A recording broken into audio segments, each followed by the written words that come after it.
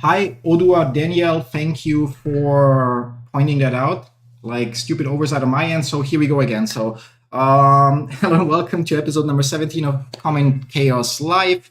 Yeah, we're already 2 minutes into the running stream, and I totally overlooked that the audio is not working. Thanks for pointing it out. Thanks for everyone that subscribed during the last week where we did not have a live stream. And disclaimer. So everything that I share in this video / live stream is my personal opinion and in no way financial advice. You should always do your own research, consult certified professionals, draw your own conclusions, and make your own decisions. Besides that, why was there no live stream for the entire last week? 2 weeks ago on Friday, our heating stopped working, unfortunately. Saturday, the warm water stopped working, and it was really, really frustrating, and it looked like it wouldn't be fixed before Tuesday or Wednesday. So Irina and I looked for affordable flights to get away a little bit, and spend the week in in Turkey. Yeah, we're back now. That's great. What I said and what you didn't hear is I'm considering to move those live streams earlier. So instead of 10 a.m. our time, they would be at 7:30 a.m. in the future. This week we already have them scheduled for 10, so we'll stick with that. But then next week we probably move them to 7:30, which is 2.5 hours early. I hope that works for all of you. Akashi, thanks for joining. I didn't see there is no sound message, so yeah, but now there is. There's still a lot of those notifications circling through, unfortunately, because I didn't turn on the computer 15 minutes before the stream, but just got back from the gym. That's another thing. I'm hitting the gym again after 2 years. Even though usually your muscles hurt the next day, I'm already having trouble standing up and sitting down. So yeah, but I enjoy it. So yay. And yeah, with that, we actually can jump right into it. I hope that the animations are not going to be annoying. If you have any questions, you can always share them in the chat. I will address them at the end of the stream. And with that, I'm going to push the magic button that shares the screen.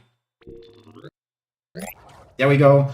And we can look at Does the overlay work here as well? Yeah, it's also set up here. Cool. We can look at the recent comments that I had.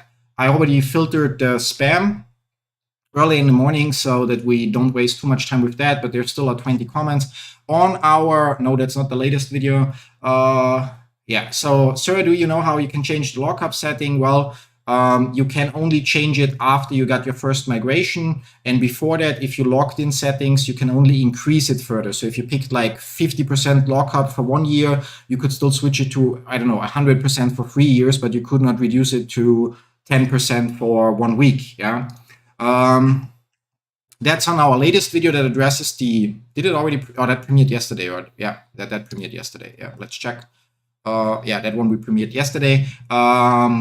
Yeah, KYZ FAQ. So the Pi core team published them actually already 2 weeks ago, and finally got around to record that video actually in Turkey.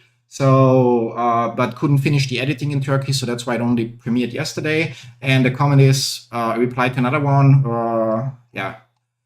We focus on the main comment. It's going to take years for everyone to get KYZ, as there are over 45 million users and adding more every month, and there are few validators to check all users. Pi network will never see the day of light. This is ridiculous.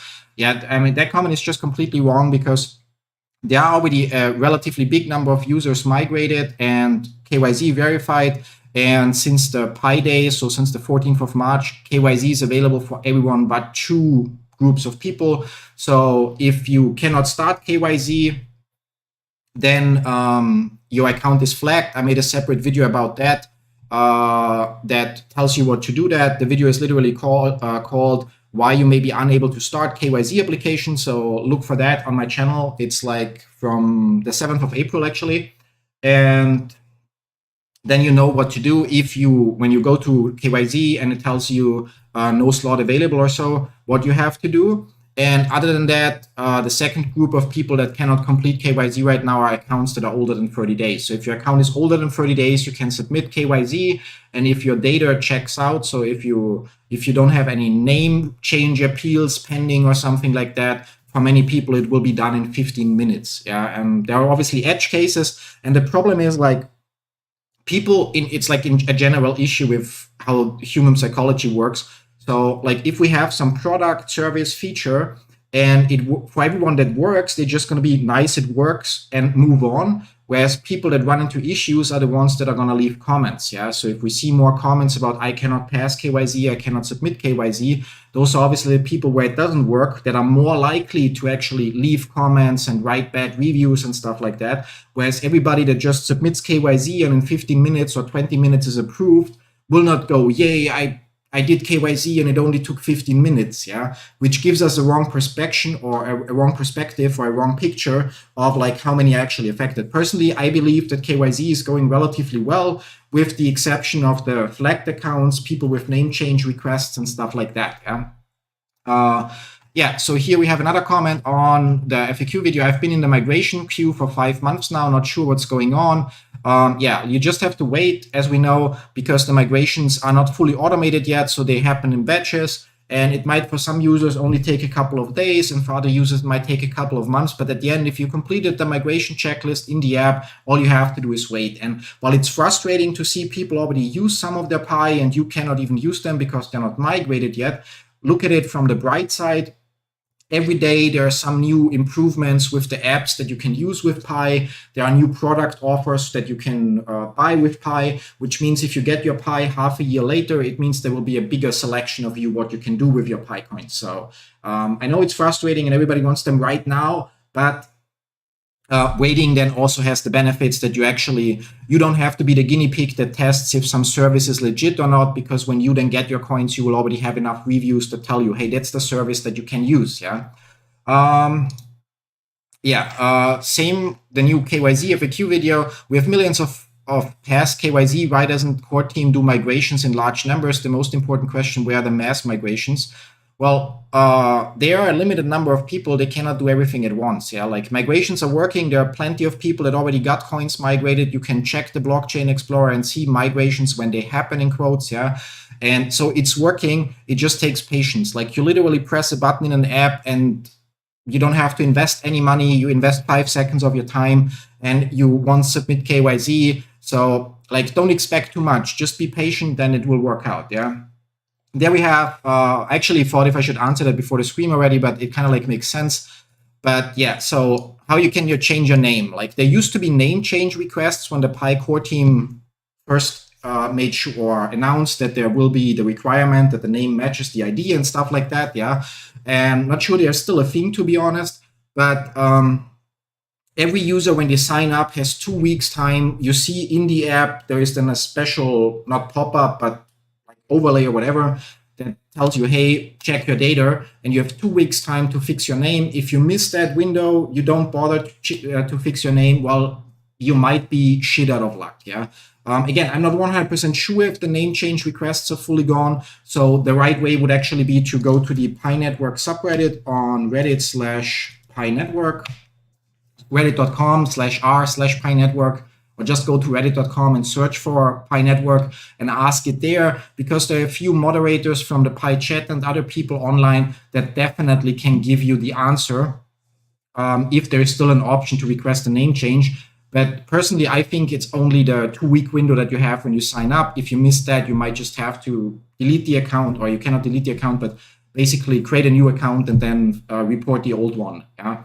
And yeah, so that we already covered. If it says still no slot open, yeah, then you have to fill out the form, which I covered in the cannot start. I'm actually going to share the link, copy link. So I cannot. Why can I not chat in my own chat? Like, that's ridiculous right now. Yeah. Okay. So, well, I cannot chat in the chat right now. So, okay. Anyway, moving on. That we already had. It's going to take years. Yeah. Migrate to mainnet. So, road to stay in queue. Blah blah blah. Yeah. So, yeah. Just wait. We already covered that. Covered that. KYZ pending, yeah, like there, it's also simple answer, just wait. It's actually covered in that video specifically, or it's covered in the, I don't know in which video. There was a video about that as well. Yeah, one of the last 3 videos that I made about Pi Network covered specifically why it's taking longer. Yeah, like it's this, the chat is set to subscriber only, but I'm obviously a subscriber in my own channel, so I'm automatically considered a subscriber, so I'm not sure why it shows me that I cannot chat. Yeah. But yeah, can have that. So yeah, then that girl, like, please, I mean, I'm happy to answer all the comments, but if somebody just keeps asking the same thing in like 3, 4, 5 times or so, like, I will not answer it. I will just basically at some point ban that user, because if you lack the patience to basically, that comment is not even 24 hours old, yeah, to wait a day to get an answer, same here, yeah, then I considered trying to waste my time. Yeah. Yeah, there I left that comment also for the stream. Everyone should leave this Pi Network crap. It baffles me. It baffles me that people literally, they spend time to watch videos about projects that they don't believe in, but then they also don't listen to the videos that would show them, hey, you're completely wrong. Yeah, like I have videos that show, literally provide proof how I'm using Pi to buy games for our Xbox, and then people say it's fake or so, even though I provide every step, including the blockchain transaction and so on. And I don't know why. I don't understand why. If I don't believe in a project, like for example, I'm not a huge believer in, I don't know, Midoin, yeah.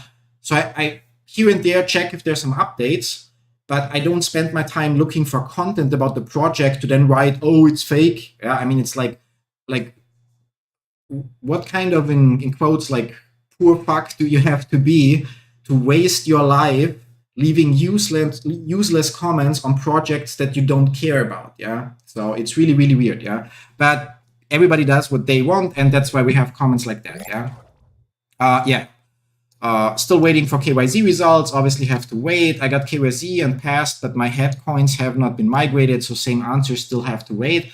And that's pretty much all the comments we had. So it was mostly, or all of it, Pi related, ranging from wrong button, right button. No, so it was actually the right button. Now right button again. So ranging from Pi crap to I'm impatient, and yeah, like, again, I get that it's like, that it sucks if you have to wait for your coins to migrate. I get that it sucks if you have to wait like 7 months for your KYZ to be processed. But at the end of the day, like you literally, I mean, there's already proof out there, people showing you every day, if you check the local Pi subreddit or so, showing you every day that they use Pi coins to pay for something. Yeah. Actually, tradewithpi.com, I think. Yeah. No, tradewithpi. I have to check 1 second. Where do we have it? Messages. So Games for Pi now, tradeyourpi.com. Yeah. So Games for Pi now is working on a new platform website that they hopefully will integrate with Pi directly in the near future. That is, the products are not finalized yet. I mean, I pointed out to them that they should get rid of the crypto vouchers because that's, in my opinion, a violation of the terms. Yeah. But they basically list their games there. And hopefully, again, we'll integrate it with the Pi blockchain directly so that you can use it in the Pi browser and basically just pay for your game and get your key.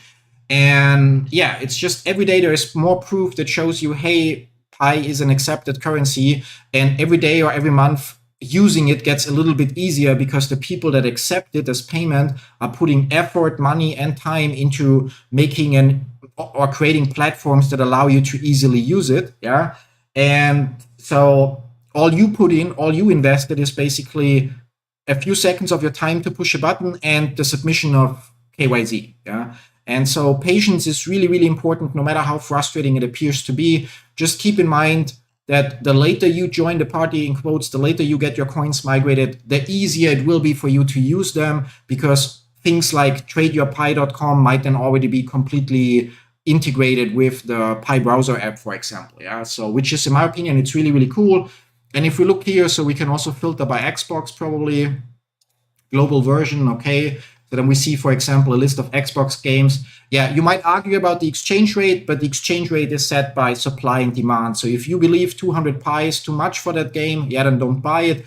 But as long as there are other people willing to buy it for that exchange rate, that's how it will be. Only if people would no longer be willing to pay that price would Trade Your Pi or Games for Pi, in that case, be forced to maybe increase or decrease the Pi price so that the game, instead of 198, maybe costs 150 or 100. Yeah. And yeah, it's nice actually that they have the filters, so you can filter by Pi balance. So if you know you have 190 Pi coins available because the rest you might have locked up or so, you can filter and see what you can get. And it's actually, in my opinion, really, really cool. I know it's just digital products, but at the end of the day, they also have to pay for those license keys with fiat. So they're putting money into the Pi ecosystem by basically saying, okay, we're going to buy the games with our fiat money, and we're going to give you the chance to pay for them with Pi coins at the exchange rate that we think makes sense. And yeah, like, anyway, I think for that, or with that, we have it for today. There are no questions in the chat. So again, sorry that the audio didn't work initially. I don't know what broke the microphone, but yeah. There's gonna be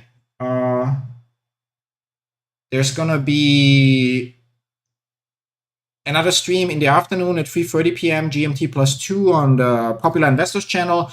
And unfortunately, there will not be a stream on Twitch today because I have an appointment to get the tires changed in our car that conflicts with my regular streaming schedule.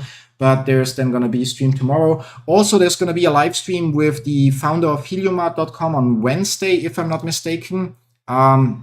Definitely should check that out as well. And yeah, last but not least, Oda Daniel asks, I did my KYZ about 4 weeks ago, but it's yet to be approved. Any advice? Yeah, you just have to wait. Like, if it's not approved in 4 weeks, then it is because you have either a pending name change that needs to be reviewed, in which case it will only happen in the second or third quarter of the year, so within the next couple of months, or there is some other thing that like doesn't check out initially, so that prevents the AI from passing your validation.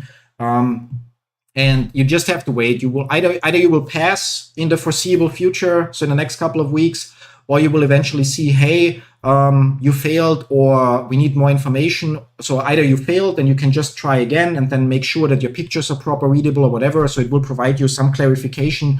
You failed because your ID was not properly readable, or you said you submitted a driving license, but you sent actually a different ID or something like that. And then you can submit everything again, or it will ask you, hey, we need this, and this. Yeah. So at the end of the day, it again comes down to patience. Yeah.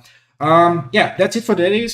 That's it for today. Thank you all for tuning in. Thanks for pointing out the audio issue. Oriel Conface. I don't know why those messages, why I missed them. And Odua Daniel and also Akashi. So thanks for helping me fix that. Otherwise, it would be 20 minutes of silence. Hopefully see you all later, maybe on my Popular Investor channel. Otherwise, see you hopefully then tomorrow in another episode of Common Chaos Live. So have a great day and